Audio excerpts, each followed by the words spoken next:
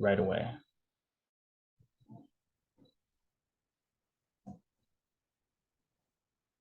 Okay. Screen. Here's the webinar.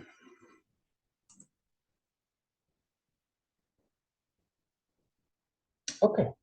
So thank you all again for being here. Um, Today, as part of the Black Community Resource Center's Knowledge Hub project, we're presenting one of a series of free webinars. And this one specifically is on utilizing Statistics Canada as a means of meeting your data needs. I see, sorry, Candide also just arrived. First of all, I just wanted to say that this project is just kind of something we always say, but it is one that's funded and supported by Canadian Heritage, and we're very thankful for their support. I'm just going to start with a quick background about myself, my research at the BCRC, and why we're doing this webinar. Personally, my name is John Davids. I'm the research coordinator at the Black Community Resource Center. And I've been at the BCRC since February of 2020. In terms of my background, just very lightly and briefly, I'm from a small country in Southwest Africa called Namibia. I've been in Canada since 2009, and I've been in Montreal since 2018. In terms of my vocation, I'm a political scientist. That's been basically the center of my academic life and research. I've done a little bit of sociology as well. And that kind of, in a nutshell, is just a bit of my let's say, academic background.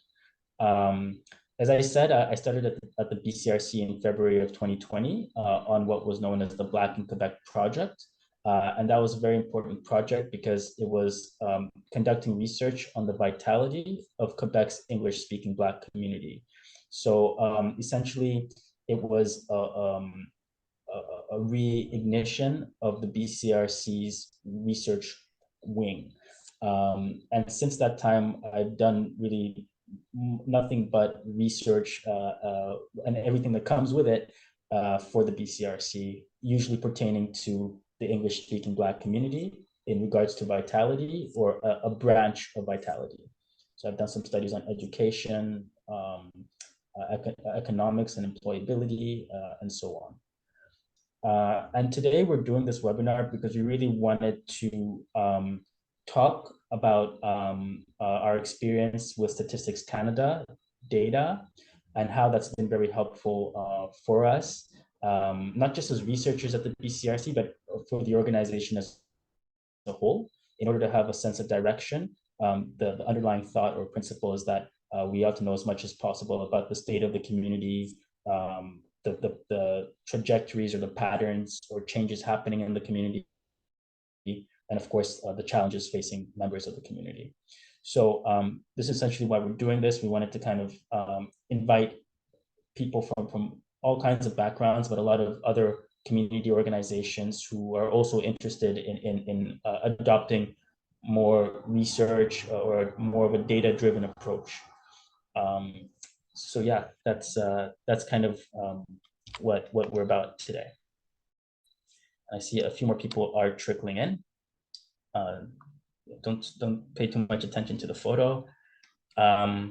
So we start with, why is data from Statistics Canada important? Well, let's start with the fact that it's quite comprehensive. So Statistics Canada is an institute, a national institute in this country that conducts research and publishes statistics relating to Canadians. So there's a lot of different surveys that are done by StatsCan, and they touch on a lot of different subjects. You might know that every 5 years, for instance, we have a census of the population. The last one was conducted in 2021. But there's also other surveys such as the General Social Survey, the Canadian Community Health Survey, which of course talks about health. There's the Labor Force Survey, which looks at labor force around the country. different populations within the labor force. Um, and there's also the job and wage survey as well that looks at the different jobs that are available, and tracks wages and incomes and that sort of thing. So it's by far a very comprehensive. I would call it just a library with regards to statistics relating to Canadians. I also put frequency because it's not just to show the fact that a lot of this data is collected frequently over time. As I said, the census takes place every 5 years, but there's a lot of other surveys which are more frequent, such as the labor force survey, which is a monthly one, as well as the Canadian Community Health Survey, which happens annually. So there's a lot of information, and a lot of it is being collected frequently. And lastly, the main point is that, for at least in my experience, it's been very accessible.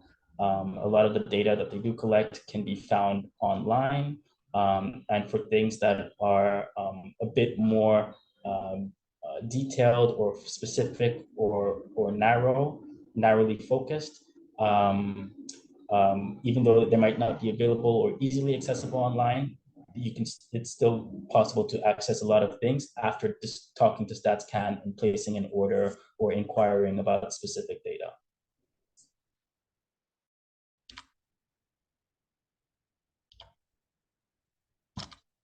Okay. So just to sum it up, the reason why data from StatsCan is important is because it's a great source to aid our understanding about the state of Canada and Canadians.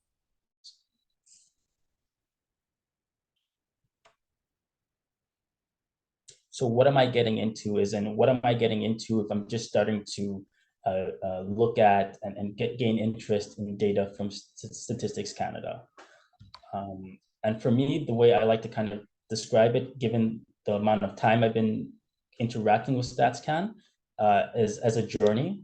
It's not something that getting involved with StatsCan doesn't make you, it's hard to become an expert overnight. It takes a long time, or it took a long time for myself to really get acquainted with the data that's out there, with the possibilities of this data, to then use it, utilize it, interact with it, and even create publications out of it. So for me, it's been several years, looking at different surveys, and learning as much as I can over time about all there is on offer from Statistics Canada. Just before I move on, I just want to say welcome to I see a few new people here as well. So just welcome. Thank you for joining us today. Furthermore, for a lot of people, their first interaction with Statistics Canada is through the website, and that's also really a very big, has a very large, big trove of information that's accessible to people. From the website, there's also a lot of data products that you can find from Statistics Canada. They include data sets and tables, public use microdata files, targeted group profiles, and thematic maps.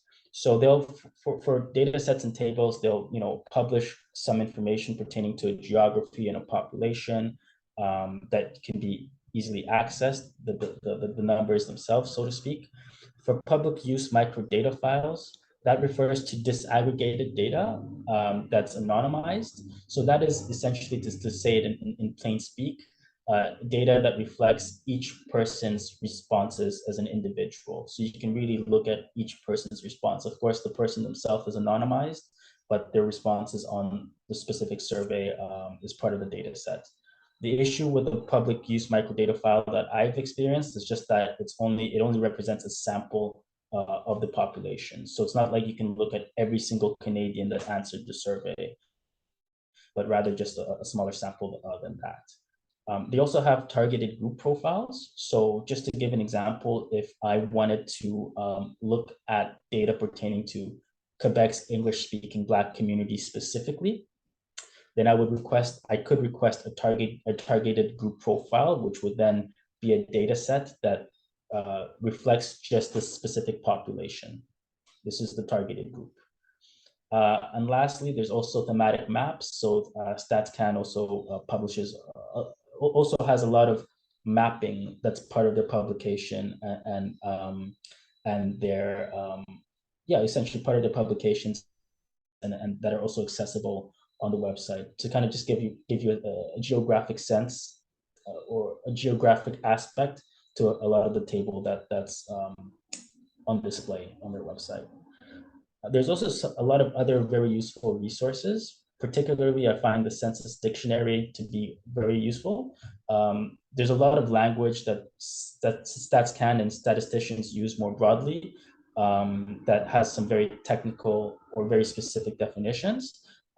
If you simply type in on your Google search engine census dictionary or StatsCan census dictionary, it'll take you to a place where it's essentially a glossary of all these terms and the definition applied by StatsCan. So it's very useful when trying to discuss topics to kind of have this as a reference that you can use. Lastly, I also wanted to talk just quickly about articles and research briefs. So it's not just raw numbers or tables that StatsCan can offer or maps, but sometimes they look at a certain subject and will write an article about it. Subject could be something like, educational attainment of Black Canadians over this period of time. And they usually just have someone from StatsCan write out this article, and it's also very helpful for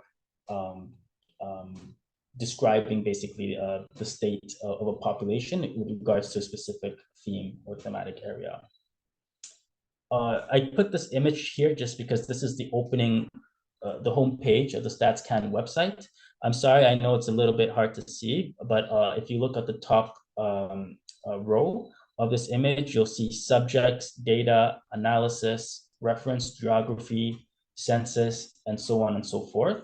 It's just to give you an idea that there's a lot of dimensions to StatsCan website, and there's a lot of resources kind of packed into one place. So this would be the first thing you see upon entering their website. I just wanted to say that, if we have time towards the end of this presentation, I'm happy to kind of go over the website with you and kind of demonstrate it. I just don't want to stop the slideshow in this moment. Another image, just so you can see, is this is what happens when you click data on the top row from the previous image. So it will give you a list of all the data sets it has, and if you can see closely, I know again it's hard to see it. My apologies, but there's over 10,000 tables. There's 280 profiles of a community. There's 150 public use microdata sets. Thematic maps, 70 of them. So again, just to give you an idea of the scale of information that's on this website, that's the point of showing you this image. On the left side of this image, you'll see subject. So you can look at specific subjects and it'll filter out the files that they're sharing. And if you scroll down, I can't do it here, but maybe I'll show you afterwards. Below subject, you'll also see surveys. So there'll be a list of all the StatsCan surveys that they do, and you can click on that and filter out for those specific surveys as well.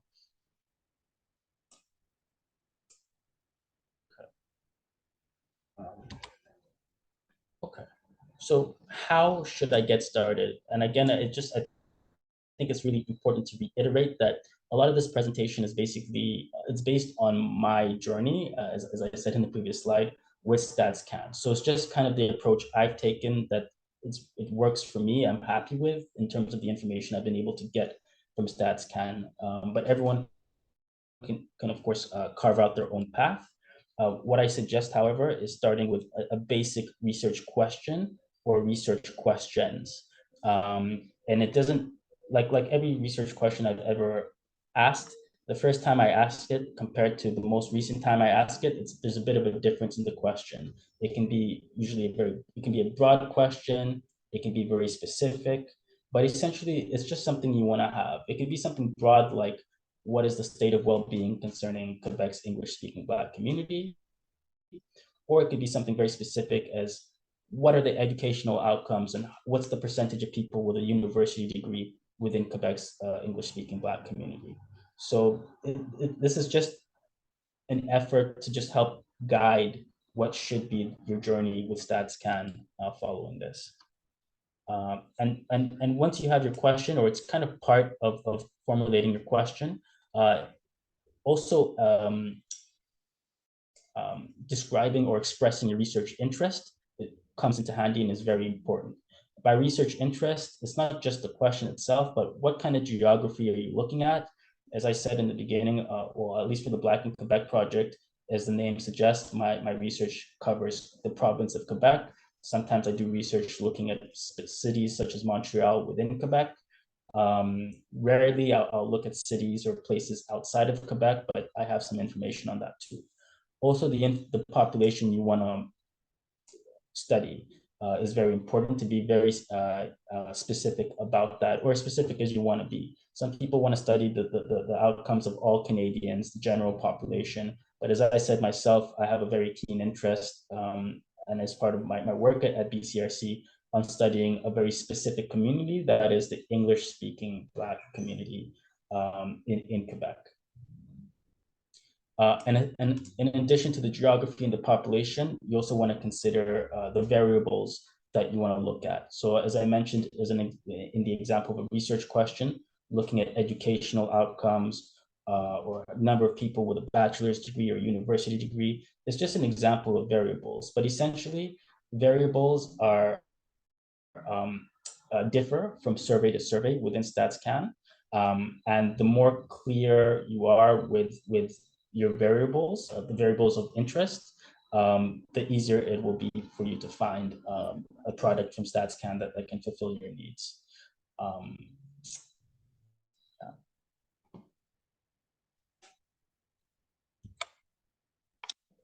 So once you have a sense of your question, a sense of your research interest, where, who, and what you want to look at, now is a good time to start scanning for data. And as the previous slides showed, like the first place I would start is really on the website. Can any of these data sets help me answer my question? So you really want to take time to get acquainted again with the website, with the data that's there, and kind of learning a bit more about what are the main surveys that kind of touch on your question, what are the variables collected within those surveys, and just look over them and learn about them as much as possible. With regards to population, I mean, it's while StatsCan does collect information comprehensively, there are gaps. There are areas where there is no information. So for instance, not all surveys collect race-based data or data on visible minority status. So with regards to that, I wouldn't be able to look at the outcomes of the Black population in the survey that doesn't collect information on visible minority status. The same thing is true for language. If they're not asking people what's your first language or what languages you speak, then you won't be able to look at a linguistic group specifically. So that's just a point I wanted to make. You should become slowly but steadily more familiar with the questions being asked within each survey, because then they'll determine how you can kind of look or analyze a certain population group or a certain variable within that survey.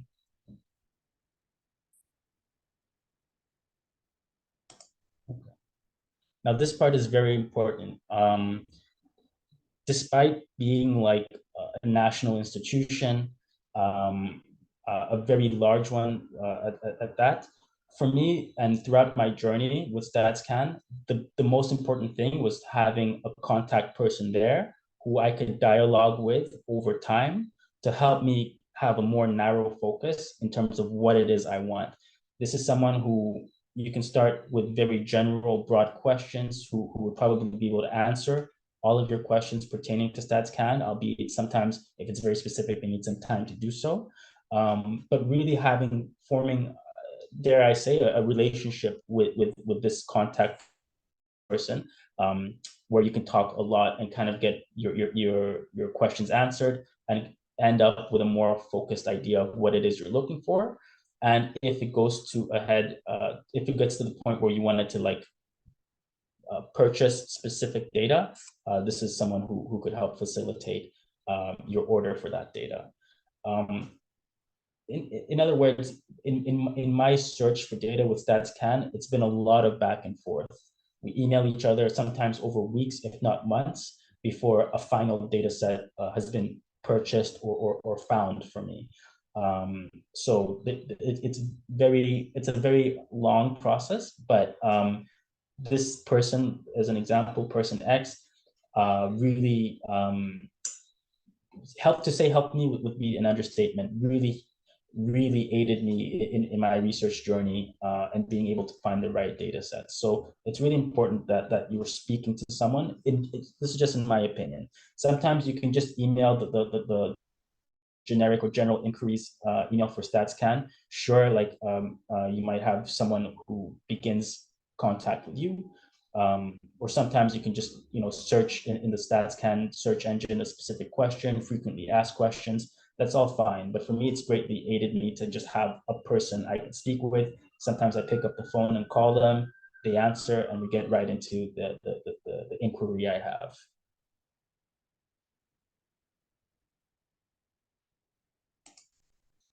Okay. So I have my data. Now what? So once you get your data set, there's all kinds of things you can do, but you can start with, you would want to analyze it, start with the analysis that you had planned beforehand. You can also work on data visualization. So that includes creating charts, tables, maps, even any sort of way to visualize your data in order to make it easy for the viewer to understand what's on display, what they're looking at. And then there's also dissemination, sorry, which is essentially just looking at different ways which you can share your research with the broader community. This could include reports, it can include infographics, um, even certain kind of posts that are meant to be informative. There's all kinds of ways you can disseminate your data. Um, um, yeah, so these are kind of the three main components.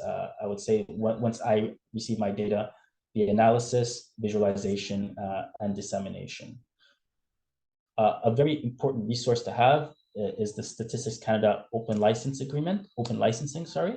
I left the link there below, and that's essentially a guide for you to source your data, or your charts, your tables, your visualizations, your reports, and it explains how the licensing agreement for StatsCan works. Essentially, once I buy the data set, I've shared it with a lot of other people. I source it in a very specific way as described in this link. Um, yeah, that's just for me a very important thing to have. In terms of the images you're seeing, these are just some of the examples of, like, okay, a report we did over a year ago, called Education to Employability Study, which relied on StatsCan data to some degree. Below, I just have some tables. I know they're just kind of random, but it's just an idea of a sort of analysis I've been able to do based on StatsCan data. The first one is just a comparison of average income between Black communities and total population in Quebec from 2001 to 2016. And the second one is a bit more complex, where it's a comparison of average income by educational level, gender, and race, and looks at four different population groups across four different levels of educational attainment. So it's just a very basic example of some of the analyses you could do, or I've been able to do, based just on StatsCan data. So that's essentially it for the most part. And I really wanted to use this opportunity as well to kind of just engage in any questions you have about StatsCan. I tried to keep my presentation very short and sweet, but if you want to kind of ask a question about a specific part of it, that's really fine too. And if we have time, I'm also really happy to go through a data set together and to go through the website together to show you some of these links I've shared a bit more, to show them a bit more in a bit more detail and spend a bit more time on them.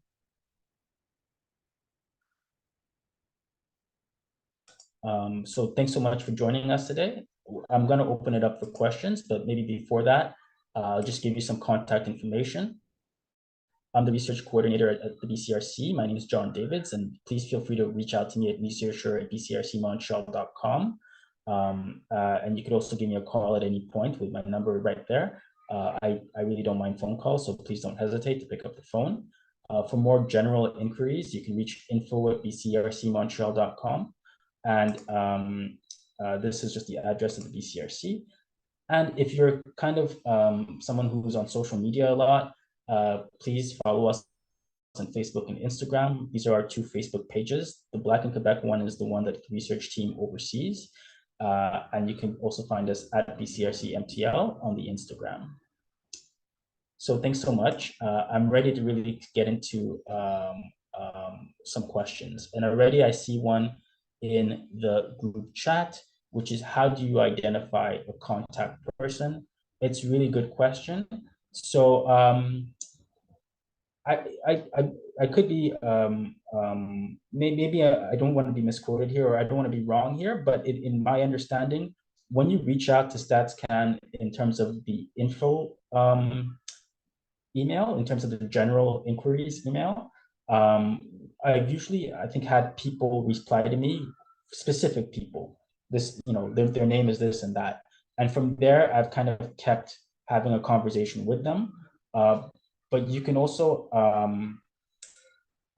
instead of just asking an inquiry, you can just ask, oh, is there someone who I can speak with regularly, who can help me fulfill my data needs?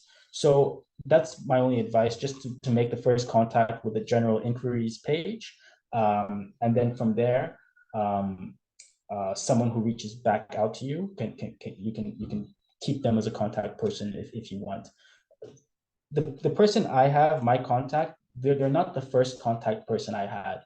I probably had 3 or 4 different contacts in StatsCan, with this one I currently have being for around a year or so. So sometimes things change. People leave their posts, maybe move, they leave StatsCan. There's several offices around the country, not just in Ottawa, but in Montreal and even Halifax as well. My contact person is from Halifax.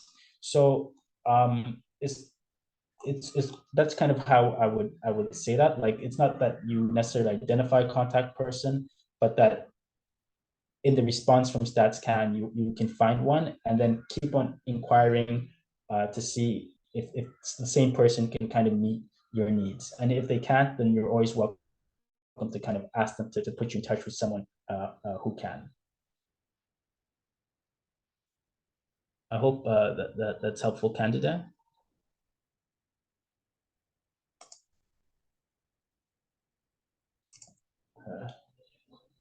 Great. Are there any other questions anyone has? Hi, Leon. Hi. I'm with a group who's looking at the work of Black artists or artists who produced Black artists who produced work before the internet, so like before 1995. And we just started doing our research. We've found a list of some artists, and we're basically would like to, in the long term, be able to create a bibliography, which we've already started, but a bibliography, and present and show the work at some point once we've collected information. The thing though, I'm just wondering, how would Canada, Statistics Canada, be able to help in terms of providing some of that information about these artists who existed before 1995? That's a good question. Look, whilst that Statistics Canada might have information about the Black community before 1995, in terms of finding specific artists, I wouldn't necessarily, or specific people, right, Yeah. and their work, I wouldn't necessarily rely on StatsCan for that specific challenge, or that specific question, or that specific need that you have. Just because StatsCan are all about surveying large groups of people, and not so much about highlighting individuals, right, compared to them. So you're looking at big data sets. However, if there's another department or part of the government that might be able to help you on that, it might be Canadian Heritage more broadly. Canadian Heritage has a lot of different programs, and maybe some of the resources there could help you locate some people, but I can't really say that with certainty. Mhm. And the other question would be, would they be benefit from the information that we will eventually acquire? Yeah, I mean, it depends what you mean by benefit, but in the sense of, yes, that from Statistics Canada data, you can have a data or evidence-based understanding of the state of the Black community or the needs and challenges within any specific community. Mhm. Yes, for me, that's been a great benefit. And furthermore, just being at the Black Community Resource Center, it helps with our direction in being able to understand, oh, what programs are maybe most needed by the community, what is the state of the community. So, you know, for instance, if we see like, oh, there's a high level of dropout rates amongst Black youth compared to other populations, then from there we could think about making a program, developing a program aimed at Okay. addressing that, Mhm. right, and keeping retention. So for me, the benefit is understanding trends Mhm. within a specific population, and using that understanding to then help develop our own programming, and so on. Mhm. Could we get information though about a number of Black, I guess, people, children, students who follow the arts, visual arts in particular? Well, what I can say with certainty is that you can get information on at least within the census. Okay, you can get information on educational programs and field of study of Black students, particularly in post-secondary. So I can see how many Black students are in the music or arts program within universities in Montreal or in Quebec or in Canada. Mhm. You can have a sense of that, and over time how that number is changing, whether there's more or less people in those programs. Mhm. Okay. Yeah, Would I? Yeah, I guess I'll get in touch with you to look into that, to get some yeah. help exploring that. Now, Leon, I told you, you know, I wouldn't necessarily look at StatsCan first in regards to your first question, identifying Black artists, you know, before the internet era. Yeah. But at the same time, I have to say, I'm not an expert with every survey at StatsCan. I've worked with just a specific list of data sets, some more intimately than others. Mhm. I kind of invite you to also maybe reach out to StatsCan to say, hey, do you have any information pertaining to artists or Mhm. any surveys that touch on art, that might be able to speak to the Black community and that are from, you know, before 95. Mhm. Okay, that sounds good. And Heritage Canada would be definitely a good starting point. Yeah. Right. Okay. All right. Thanks a lot. No worries. I'm happy to speak more with you, Leon, about Yeah. your search. Just a quick question to one of your attendees, Amanda Ruggles. Hi, are you related to Clifton Ruggles? Yes, I am. Yes, I'm his daughter. Okay, He's accepted. he's on our list actually, in terms of Oh yeah. Well, we have yes. all his art here and we don't know what to do with it. And we keep thinking we've got to do something. So get in Okay, touch. okay, so yeah, we will normally sorry David John, um we we were meeting every twice a month, but we're taking a break for the summer. But I'll try to get your information and you know, let you know where we are. Perfect. Okay, you want me? I'll put my email. I sent you a private message, but I'll put it in the group chat, my email. You have Okay, it. thank you. Okay. Thanks a lot. Thank you, David. John, sorry. No problem. My pleasure. Is anyone else have any questions? I'm so happy to try and address them.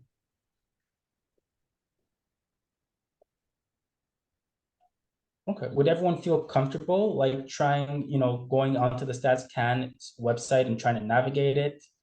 maybe if not, I'm happy to kind of take that time now to kind of look over the website together and maybe show you what an idea of a data set, what a data set would look like. We still have some time before 1. So maybe that's how we can kind of end the meeting, by just looking over those 2 things really quickly, and just getting you a little bit more familiar with it. Again, I just need to emphasize the journey part of the presentation, where it took me a long time to kind of be able to navigate StatsCan website, and I'm still learning new things all the time. So I don't want it to kind of seem too technical or intimidating or something like that. I'm not a statistician. I don't have I'm not, I'm still learning a lot of data literacy and stuff like that. So it's just a learning process for me. I already expressed why I think it's been helpful for me, or to the work I do. I can only hope it's helpful for you as well within your organizations or within your own interest. And I'm really happy to kind of spend more time in the future walking through this stuff a bit more closely, if you'd like. So let's jump into sharing what this website looks like, and then going into a data set. And I'll make it brief because time is moving. Time waits for no one. So 1 second.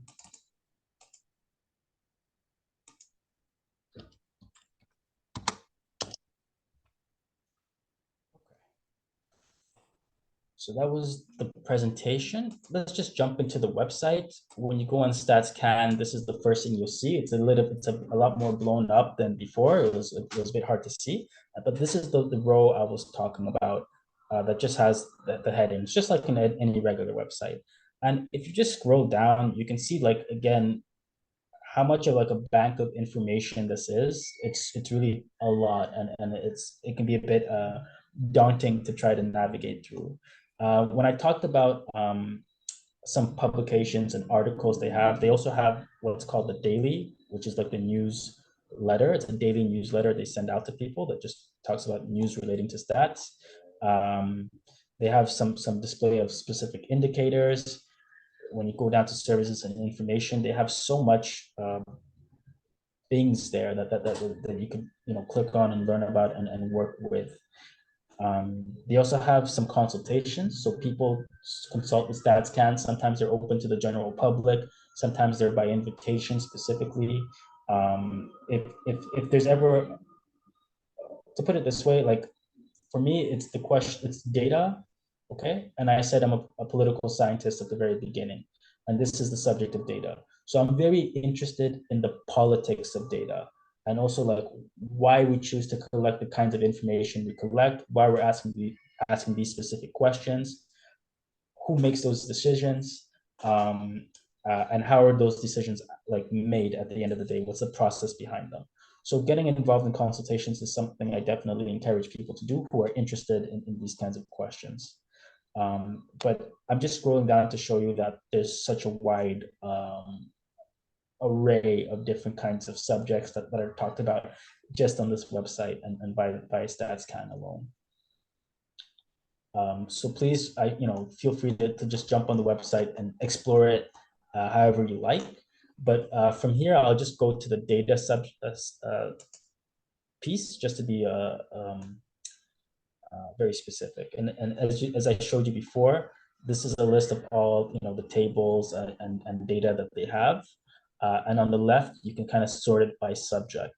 Now, some of these subjects, if you click on something and what you're looking for isn't there, it could be somewhere else. So it depends on how things are categorized. It's not necessarily a perfect art, but you can also look at geography, which I failed to mention before. So if I want to look at something specific to Montreal, I would do that. I would click here and it would filter out all the options. And then in the very bottom, you have all the surveys and statistical programs of StatsCan. So I'm just going to scroll down a little bit and you'll see, like, we're still at A. It just keeps on going and going and going and going and going. It's really kind of never ending. Of course, some of these are more detailed than others. Some of these are collected more frequently than others, but there's just so much to really go through that once you find a survey you're interested in, that's even when some of the hard work starts with now jumping into it. So let's see. Let's just explore something together, right? I think we're all, or most of us, are based in Montreal. So right away, I want to see, some information pertaining to Montreal. And you see the numbers next to the geographies. It shows how many files that they have for that specific geography. So Canada is the biggest one, provinces.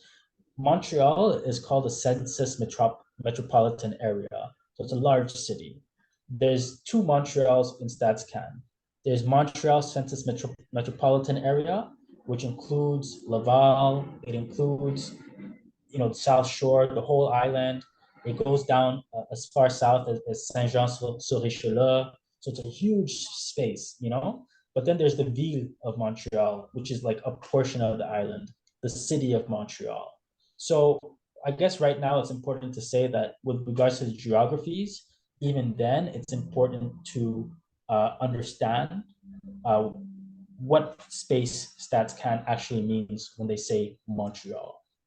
And for every geography they give you, like the Montreal CMA, Census Metropolitan Area, they'll also give you a map to show you exactly what territory they cover. Or it comes with a map you can look at to see exactly what territory they mean. But we want to do Montreal Census Metropolitan Area. So I would click on this, okay, and right away, all these tables, instead of 5,000, now it's 10,000 before, now it's 800. So these are all a list of all the data sets that I can look at something pertaining to Montreal specifically. But it's still very broad, right? So let's see, can we look at something pertaining to, as I told you, I'm interested in English-speaking Black community. So can we look at something pertaining to the Black community?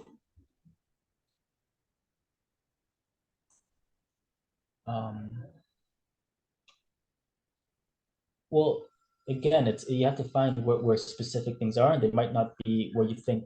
So here, I'm going to go ahead and click immigration and ethnocultural diversity, because maybe by ethnocultural diversity, that's when they're talking about different racialized groups. And here they have, different kinds of diversity: citizenship, ethnicity, immigrant status, religion, and visible minorities.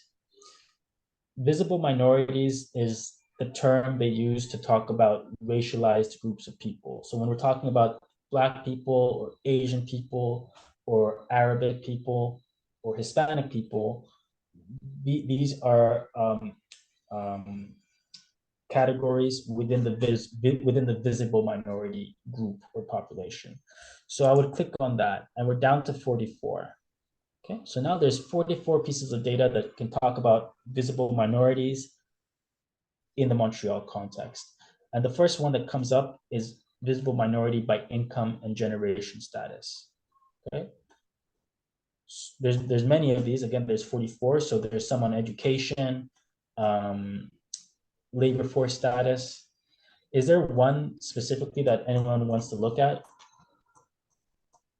Specific subject, just to look, just to see what it's like. If not, then let's go. I'm happy to go by the basic one, the first one, income and generation status. What happens when you click here?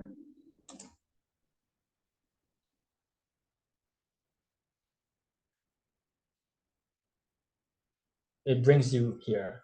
So before we get deep into it, just to say, every table and data set in StatsCan on this website has a specific table number.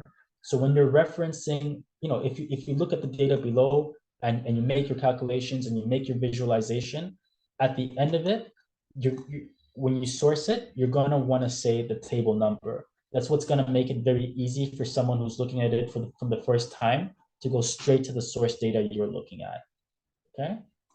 Just to scroll on the bottom. How to cite. This is how they tell you to cite this page. Again, you'll see StatsCan, the table number again here, and the title of the table, okay? There's some other information that's also helpful: related products, subjects and keywords. Some of these I think will take you straight to the definition of them. before jumping into the data, I just wanted to look at the stuff up here. The geography is very specific, so it shows you what are the geographies they're talking about. Even though we're looking at a census metropolitan area, which is a big space, it's like a greater area of a city. You can also go down to very small spaces, census metropolitan area part or census agglomeration part. Some data presented by StatsCan can look as at a geography as small as a few city blocks. So if you wanted to do like a very intense analysis of Montreal, hey, what's my neighborhood like compared to the neighborhood next door? Then you could do that, depending on if it's available, but in large part it is. And then, as I talked about variables before, here's the variable list. So these guys are going to compare income stats, generation status, highest certificate, diploma or degree, age, gender, and visible minority groups. Okay, so there's a lot on this page. And if we look down here, essentially, what are we looking at? Oh, I made a mistake. Yeah, the number of Canadians who filled in this question and who have this information. So it's the total population, total visible minority population, so 7 million out of 30 million. And within the visible minority population, the different groups that make up the visible minority population. So if I was interested in the Black community specifically, I would be looking at this column specifically. Okay. And they have a lot of things to say. So this is still very broad. It's not really what we want. This is Canada, right? And I wanted to look at Montreal. So what I would do is simply go here to geography, open it up. You're going to start with Newfoundland and then all the geographies within Newfoundland, right? But we're just going to scroll down a bit to Quebec. And in Quebec, I'll click on Montreal. As you can notice, it's a CMA, not a CA like some of the spaces above because it's a bit bigger. Quebec is also a CMA. Sherbrooke, Trois-Rivières, those are the CMAs in Quebec. There's just like 6 of them. I'll click on Quebec and click apply. Or sorry, I'll click on Montreal and click apply. Okay. So now we're looking at Montreal specifically. Okay. And now I can look at the Black community in Montreal specifically compared to other visible minority groups. Okay. And I can look at them across a number of different questions, such as what's the how many people have employment income, so percentage of people with employment income. So already this data helps so much with being able to compare populations with each other, or the Black community to the average, to the total population of Quebec or Montreal, and it's already kind of quite detailed. And even if I were to look at this and make tables and visualizations out of it, it's not a fast process. It can take a lot of time looking at each of these questions and each of these rows specifically. So we have our geography, we have our population, the Black community, and we have all the other ones we can compare to. Let's see now highest certificate. Let's see here, we can break this down. So now when it says total dash highest certificate, diploma, or degree, this is everyone they have. Now we want to see people with a specific level of educational attainment. Let's see people with a bachelor's degree or higher specifically. Before, Black community is 251,000. I click bachelor's degree or higher. I click apply again. Great. And it takes me to the number of Black Montrealers, or all Montrealers from different groups who have a bachelor's degree or higher. So again, it's a bit more specific, the population we're looking at. I can take a gender approach, so I can look at women specifically.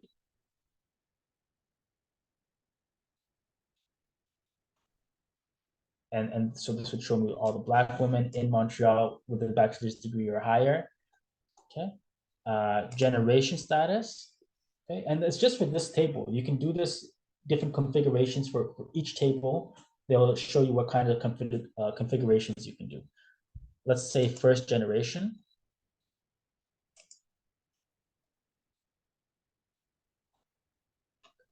So the population gets more smaller and more specific and more focused, as much as you want it to be. And then finally, you can look at age groups. So I want to see, people between 25 and 64.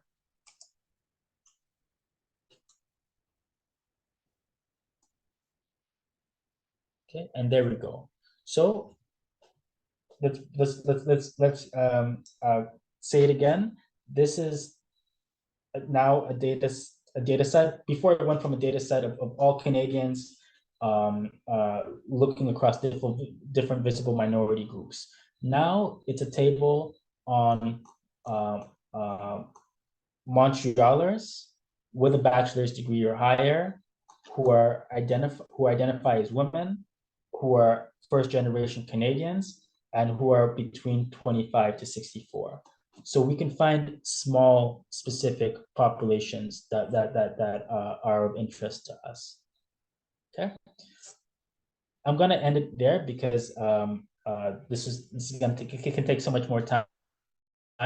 But to scan over some of the other pages on the StatsCan website, this is the open license I was talking about. It's in the presentation. When you get the PowerPoint afterwards, the link is there. And it just talks about intellectual property, acknowledgement of the source, so on and so forth.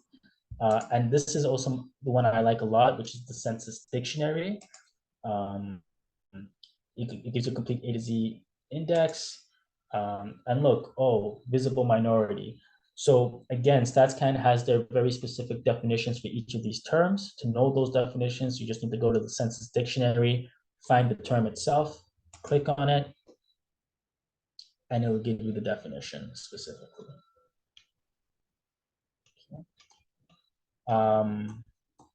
So I don't think we have time to really go through a data set because we're about to finish, but I think we can end it there. So I just wanted to say thank you to everyone for being here. I really appreciate it. Are there any last questions that you might have?